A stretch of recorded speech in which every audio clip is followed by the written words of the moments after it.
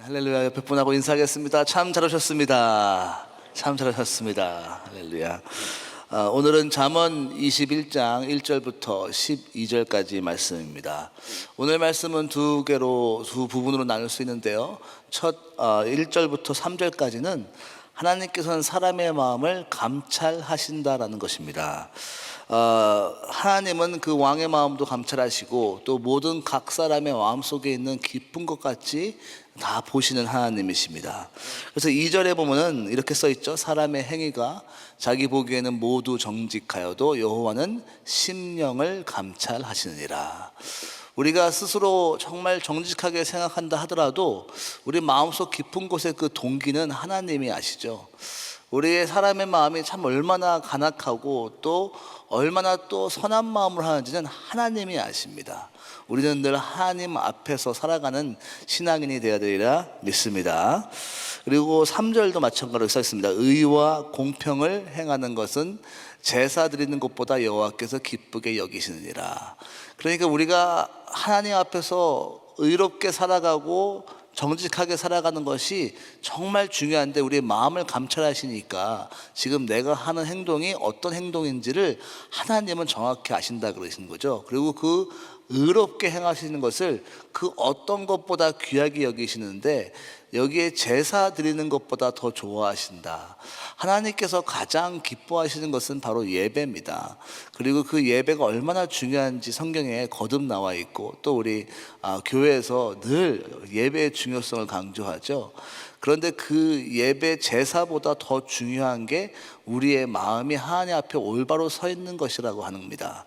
이 하나님 앞에 올바로 서 있는 것, 제사보다 더욱더 중요하다는 이 이야기는 나중에 제사법이 이루어진 후에 계속해서 성경에서 특히 구약에서 많이 설명되어 있는데요.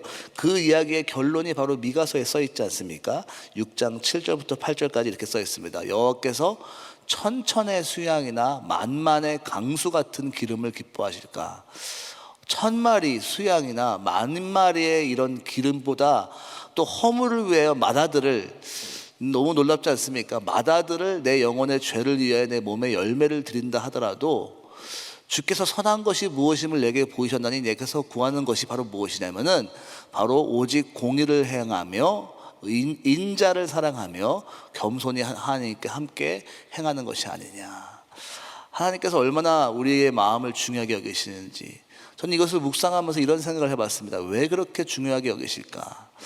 하나님은 우리의 재물보다 우리의 마음을 더 원하신다는 것을 다시 한번 묵상하게 되었습니다. 하나님은 모든 것을 다 가지고 계시지 않습니까? 천천의 수양이나 만만의 수양을 이미 다 갖고 계시신 분이십니다. 하나님은 온 천하 만물을 다 이미 가지신 분이시죠. 하지만 하나님은 우리를 위해서 그 온천한 만물을 주시고도 우리를 사랑하시고 우리의 마음을 얻기 원하시는 하나님이십니다. 그렇게 하기 때문에 예수님을 이 세상에 보내시고 그 가장 귀하신 예수님을 보내셔서 우리를 위해 주신 주님이신데 그 가장 귀한 우리 한 사람 한 사람 마음이 다른 데로 가 있는 것이 얼마나 하나님께서 슬퍼하시는 걸까요? 우리는 지금 이 자리에 예배 드리고 있어도 이 예배 드리는 그 행위가 중요한 것이 아니라 지금 나의 중심이 하나님만을 바라고 하나님만을 사랑하며 하나님께 귀 기울여 하나님의 음성을 들으려 하는 그 마음이 가장 중요하리라 믿습니다. 진정한 예배자, 신령과 진정으로 예배한 자를 찾나니 그 한 사람이 내가 여기 있나 하는 그 고백이 우리의 예배에 묻어나시기를 예수님의 이름으로 축원합니다. 4절부터 12절까지는 하나님께서 그러니까 싫어하시는 마음들은 무엇인지를 하나하나 구체적으로 설명하십니다. 4절에 보면은 눈이 높은 것과 마음이 교만한 것과 악인의 형통은 다 죄니라. 그러니까 교만한 마음을 하나님은 정말 싫어하신다는 것이죠.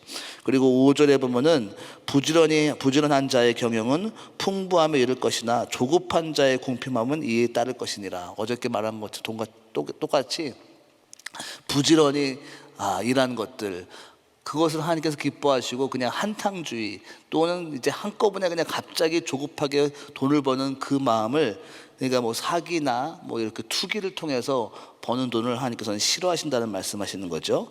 6절에는 속이는 말을 싫어하시고 7절에는 악인의 강포를 싫어한다. 악인의 강포는 영어로 보니까 violence of wicked, 그러니까 악한 사람의 그 아주 매서운 그런 violence, 아주 그 폭력들을 싫어한다는 것이죠.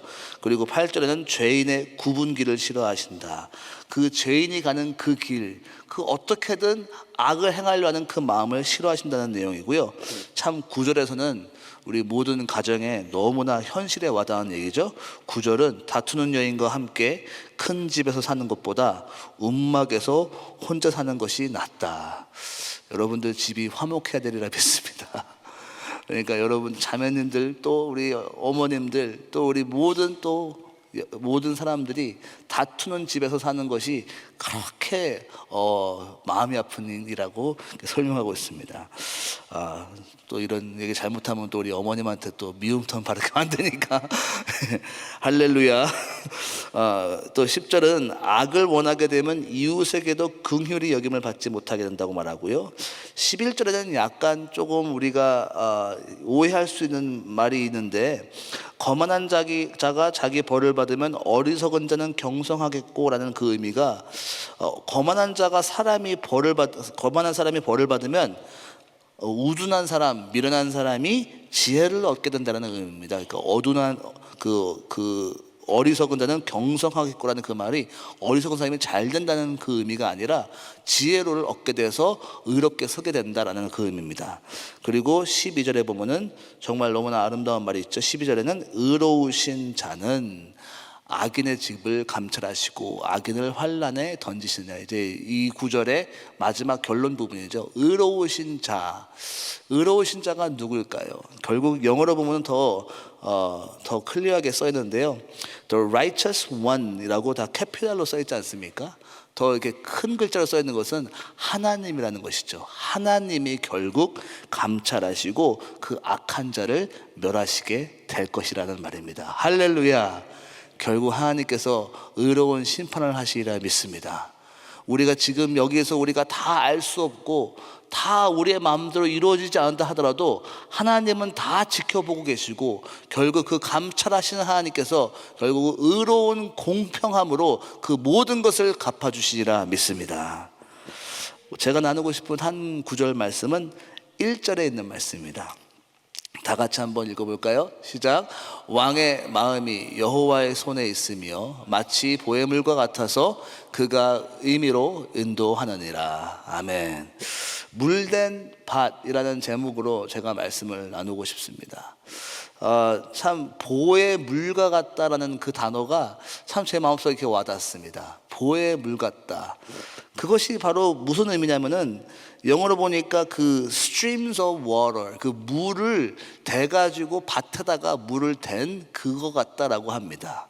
그러니까 하나님께서 그 의로운 왕은 하나님의 손에 매달리니까 그것이 바로 물된 밭과 같이 그 밭에 물을 줌을 통하여서 그 밭이 귀한 열매들을 맺히고 아름다운 과실들이 맺히게 된다라는 이야기입니다. 이 잠언은 솔로몬이 지은 책이죠.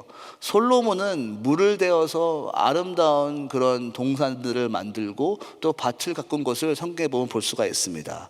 전도서 2장 5절 6절에 보면 여러 동산과 과원을 만들고 그 가운데 각종 과목을 심었으며 수목을 기르는 살림에 물 주기 위하여 못을 팠다라고 합니다.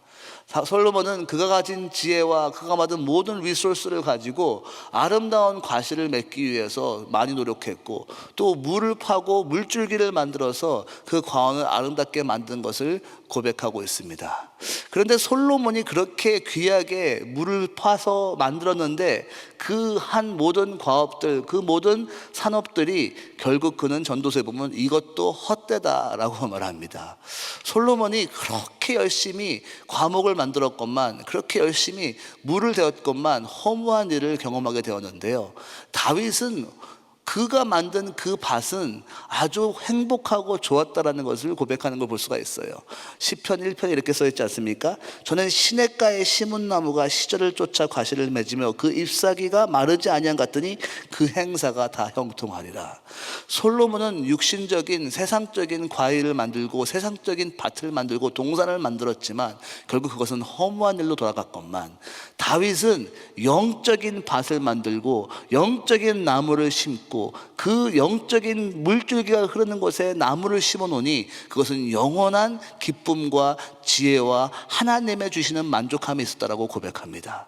우리는 삶 속에 하나님께서 공급하여 주시는 영적인 물을 먹으며 생수를 받는 사람이 되어서 우리의 삶에 충만함을 느끼는 여러분 되시길 예수님의 이름으로 축복합니다. 오직 하나님, 오직 주 안에 영적인 시냇물을 먹는 사람들에게는 풍부함이 있듯이, 오늘 이 시간 아침에 주 앞에서 나와서 기도하실 때 하나님께서 주어주시는 그 성령의 기름 부음을 통하여 하나님의 그 시냇물을 마셔서 우리의 삶에 귀한 열매가 맺힘을 통하여 우리뿐만 아니라 주위 사람들에게 예수 그리스도의 사랑과 축복을 나누시는 여러분 되시기를 예수님의 이름으로 축원합니다. 어떻게 할 수 있을까요? 오늘 본문 말씀에는 이런 말이 써 있습니다. 1절은 하나님의 여호와의 손에 붙들려 있는 그 사람이 그러한 귀한 경험을 할 수 있다고 합니다. 왕의 마음이 어떻게 있다고 써 있습니까? 여호와의 손에 있다라고 합니다. 하나님의 손에 붙들린 사람, 하나님의 손에 나의 마음이 합한 사람, 하나님의 손에 나의 마음이 볼 때 참 잘 잡힌다, 참 쓸만하다, 참 너무나 이 영혼을 잡고 싶구나 라는 그 마음을 주는 그 사람이 풍성한 물된 밭의 경험을 할 수 있다고 말합니다. 다윗은 그런 사람이었습니다.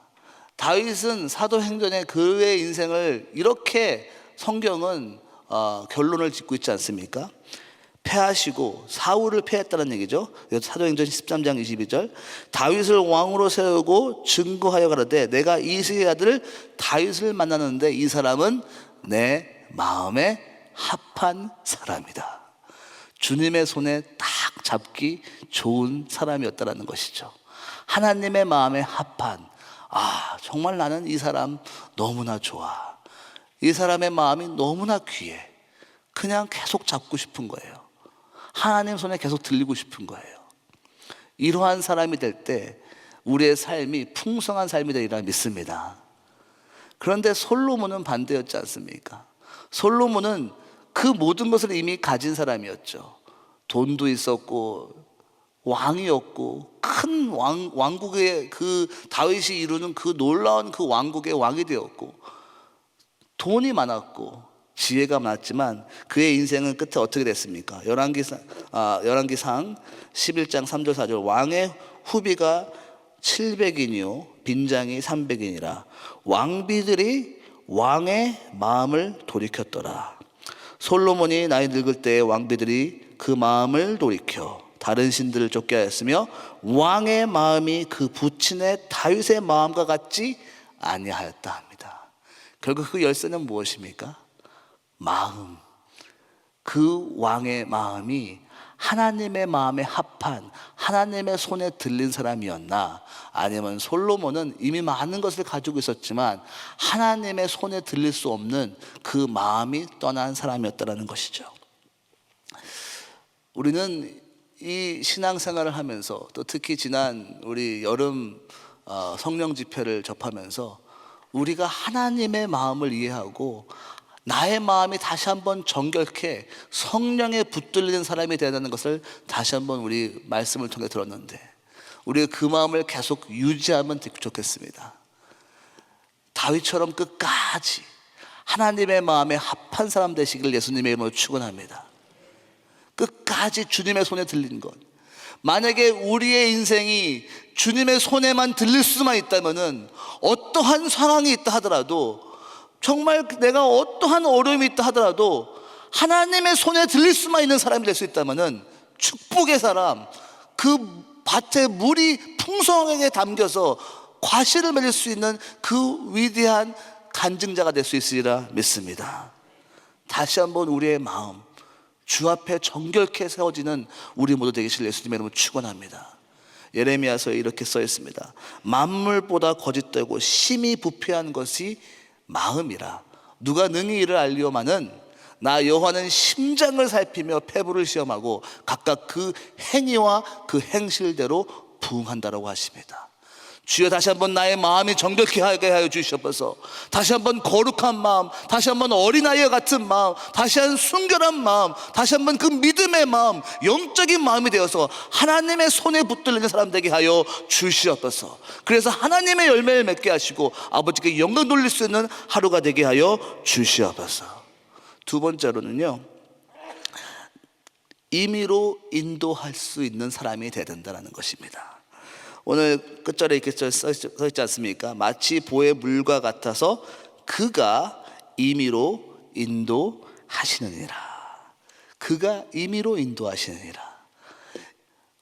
우리의 마음이 하나님한테 합해야 되는데 그 다음에 하나님의 손에 붙들리면은 그 손에 붙들려서 하나님께서 임의로 원하시는 대로 이끄신다라는 것입니다. 하나님의 손에 붙들리면 하나님이 가시는 곳에 가게 하시고 하나님에게 뻗치시는 곳에 뻗치게 한다는 그 뜻입니다. 임의로 인도하신다는 그 원어적 의미도 하나님께서 밴드, 휘시고 스트레치, 늘리시는 대로 늘리시고 휘시게 하신다는 것입니다. 재밌지 않습니까? 우리가 하나님의 손에 붙들려서 이렇게 쭉 뻗으실 때는 우리의 마음이 같이 뻗어져야 되는데, 그러니까 나의 마음을 그렇게 다루시는 거죠. 꺾으시고 늘리시고 팽창케 하시고 내가 정말 담을 수 없는 마음을 담게 하시고 나의 마음이 꺾이지 않는 곳에 꺾게 하시고 하나님께서 나를 그렇게 사용하시는데 그 자리까지 가시기 위해 나를 그렇게 단련시키시고 연단시키시는 거예요. 잠언에 너무 아름다운 말씀이 많이 있는데 잠언 17장 3절 다 같이 한번 읽어볼까요? 시작. 도가니는 은은 풀무는 금을 연단하거니와 여호와는 마음을 연단하시느니라. 하나님께서 우리를 연단하시고 결국 끌고 늘리시고 휘실 때 정말 마치 그 쇠를 그 도가니에서 그 은을 망치로 두들기시면서 휘시고 막 밴드 하실 때 얼마나 힘들겠어요. 우리의 마음이 그렇게 된다고 상상하면 너무나 어렵지 않습니까? 특히 이 왕에 대한 이야기인데 리더의 자리에서는 참 그런 것 같습니다. 이런 사람까지 내가 품어야 되고 이런 상황까지 내가 잘 버텨내야 되고 이런 상황 속에서 내가 당황하지 않고 예수님의 모습을 드러내야 되고 하나님께서 임의로 나를 인도하실 때 주여 나의 마음을 그렇게 스트레치하시고 밴드하실 때 주님 내가 불평하지 아니하고 믿음으로 또 신뢰함으로 그렇게 주 앞에 의지하고 나가게 하여 주시옵소서. 왕의 마음은 여호와의 손에 있어서 보에 물을 댄 그 밭같이 하여 우리가 임의로 하나님께서 움직일 때마다 움직인다는 이 참 말씀을 제가 묵상하면서 다시 한번 겸손하게 주님 어떻게 제가 그럴 수 있겠습니까? 내가 어떻게 다시 한번 리더의 자리에 설 수 있겠습니까? 라고 참 고민 많이 하고 저도 기도하면서 하나님 도와주세요 도와주세요라고 기도했는데요, 하나님께서 이런 말씀 하시네요. 이 진정한 왕이 결국 이렇게 이루실 텐데 그 진정한 왕은 너가 아니라 예수 그리스도다. 할렐루야.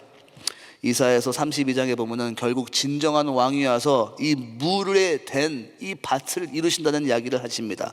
보라 장차 한 왕이 누구십니까? 예수 그리스도가 오실 텐데 그가 통치하실 거요 방백들이 공평으로 정사, 그러니까 그 왕들이 예수 그리스도가 통치할 것인데 그 방백들과 함께 영어로 보면 프린세스가 같이 올 것이다. 그 왕자들이 같이 올 건데 그 왕자 누구예요?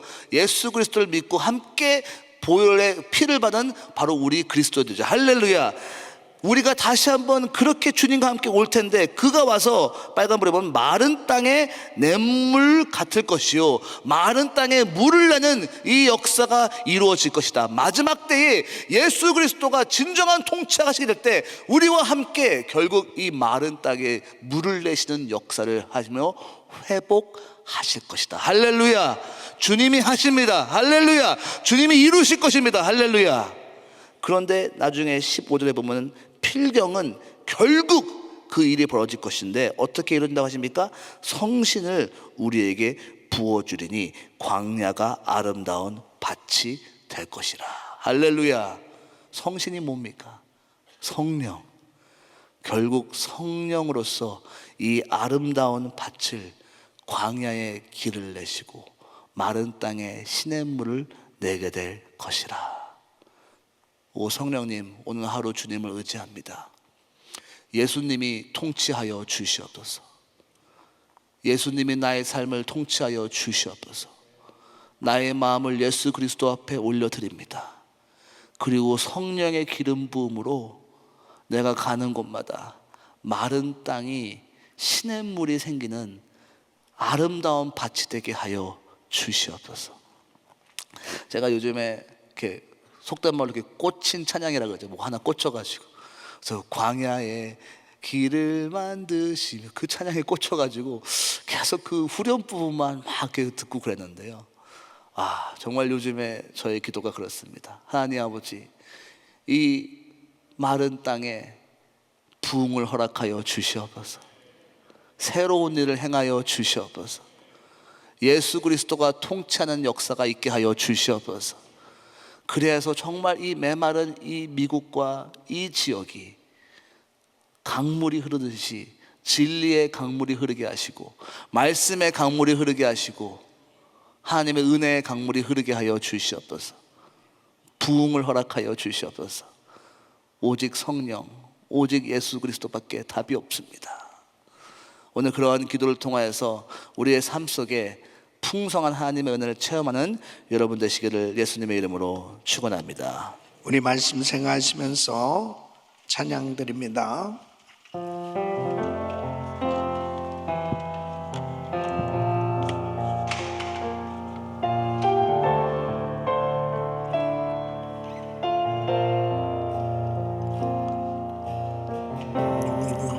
우리 주는 위대하며 두 손을 높이 드시고 능력이 많으시도다. 그의 지혜 무궁하며 인자를 영원하도다. 상한 자를 고치시며 상처를 싸매시도다. 별들의 수요 세시며 이내를 붙이셔도다. 그가 구름으로 하늘을 덮으시며 땅을 위하여 비 준비하시니 예루살렘아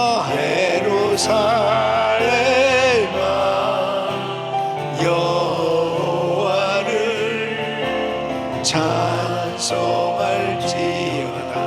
내 하나님을 감사함으로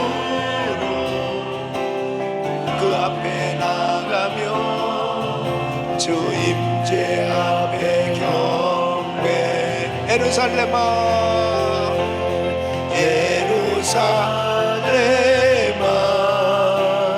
여호와를 찬송할지어다. 내 하나님을 감사함으로 앞에 나가며 주 임재 앞에 경배해. 예루살렘아 예루살렘아 여호와를 찬송할지어다. 내 하나님을 감사함으로 그 앞에 나가며 주님의 앞에 경배. 아멘, 아멘. 성령님께서 우리의 마음을 다스려 주시고 통치해 주시는 은혜가 있기를 바랍니다. 우리의 마음을 우리 주님께서 통치하시기에 불편함이 없이 그 주님의 다스리심을 온전히 받을 수 있는 그 심령이 됐다는 것은 축복이에요. 분명히 왕의 마음이 여호와의 손에 있음 같이 그랬습니다. 그 왕이 어떤 일들을 결정하는데 사실은 그 마음에서부터 시작되어지는데 그 마음을 주관하시는 분이 하나님이실 때 바로 모든 인생의 역사는 주님의 손에 달려있는 것입니다. 나의 마음을 다스려 주세요. 내 생각대로 내가 원하는 대로 결정하는 일들은 온전하게 하나님이 기뻐하시는 뜻대로 그렇게 결정되어지지 못하는 것을 볼 수 있어요. 성령님께서 다스려 주시는 그 은혜를 받을 때 하나님이 기뻐하시는 삶이 되는 줄 믿습니다. 그래서 심령을 감찰하시는 그 하나님 앞에 어떻게 하면 하나님을 참 기쁘시게 해드려요. 오늘 이 말씀 가운데 너무나 구구절절히 그 심령을 감찰하시는 그 하나님 앞에 무엇이 주님이 기뻐하시고 주님께서 싫어하시는가를 구체적으로 말씀을 하고 있어요. 그래서 4절부터는 눈이 높은 것과 마음이 교만한 것과 악인의 형통한 것은 다 죄다. 조급한 자는 궁핍함이 따를 것이고 속이는 말로 재물을 모으는 것은 죽음을 구하는 것이라. 의인의 강포는 자기를 소멸하나니 죄를 크게 범하는 자의 길은 심히 구부러지고 다투는 여인과 함께 큰 집에 사는 것보다 움막에서 혼자 사는 것보다 낫다. 악인의 마음은 남의 재앙을 원하나니 거만한 자가 벌을 받으면. 이렇게 계속해서 무엇이 하나님이 기뻐하시지 않는지를 예를 들고 있어요. 오늘 이 말씀은 계속 묵상하고 또 묵상하면서 정말 우리의 심령을 감찰하시는 그 하나님 앞에 성령님 제 마음을 통치해 주셔서 하나님 보시기에 합당치 않고 잘못된 거 다 끊어버리게 하여 주시옵소서. 치워버리게 하여 주시옵소서. 결단을 내리고 정말 무엇을 주님께서 기뻐하시는가, 그 기뻐하시는 삶으로 드려지려고 할 때 성령님이 도와주셔서 우리 인생이 완전히 바뀌어지는 거죠. 축복된 인생으로 바뀌어지는 거예요. 오늘 이 말씀 하루 온종일 묵상하시고 또 묵상하시고 계속 묵상하시는 가운데 마음을 감찰하시는 그 하나님 앞에 온전히 드려지시면 하나님께서 책임져 주시는 놀라운 축복과 은혜가 임할 줄 믿습니다. 두 손을 가슴에 모시고 몸이 아픈 분들 아픈 곳에 믿음으로 손 얹으십시오. 거룩하신 아버지 하나님, 악인과 의인의 결국을 분명히 아시고 우리의 삶을 통치하시는 주님, 우리의 마음이 온전히 주님을 기쁘시게 해드리기를 원합니다. 마음을 감찰하시는 주님, 나의 마음을 통치하여 주시옵소서. 다스려 주시옵소서. 성령님의 다스리심을 온전히 받으며 하나님 기뻐하지 않은 잘못된 모든 것들 주님의 보혈로 다 씻어 주시옵시고 전적으로 순종되어지는 심령이 되게 하여 주시옵소서. 아버지 하나님, 연약한 육신들이 이 시간 주의 피문은 손을 안수하여 주시고 깨끗게 하여 주시옵소서. 예수 그리스도 이름으로 명하노니 모든 병만은 떠나 갈지어다. 암세포는 없어 질지어다. 더러운 흑암의 세력들은 떠나갈지어다. 공황장애, 우울증, 불면증 떠나갈지어다. 주여 만져 주시옵소서. 특별히 우리 자녀들을 축복하시고 자녀들 세대, 여수와 제너레이션 세대가 불같이 일어나게 하여 주시옵시고, 아버지 하나님, 전 세계에 나가 사역하는 우리 선교사님들 선교지에도 놀라운 하나님의 은혜의 역사가 있게 하여 주시옵소서. 이제는 우리 구주 예수 그리스도의 내와 우리 하나님 아버지의 그 무한하신 사랑과 성령님의 감동, 감화, 교통, 충만하신 은총이 하나님께서 기뻐하시는 의로운 삶이 되어지길 원하는 모든 성도님들 머리 위 이제부터 영원토록 함께 있을지어다. 아멘.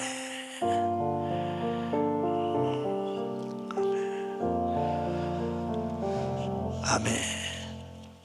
이제 기도하실 자리 잡으시고 그리스도인 기도 제목 가지고 기도하십니다. 오늘 저녁에 그룹장 교역자 모임이 있습니다. 우리 리더십들 위해서 기도 많이 해주시길 바랍니다.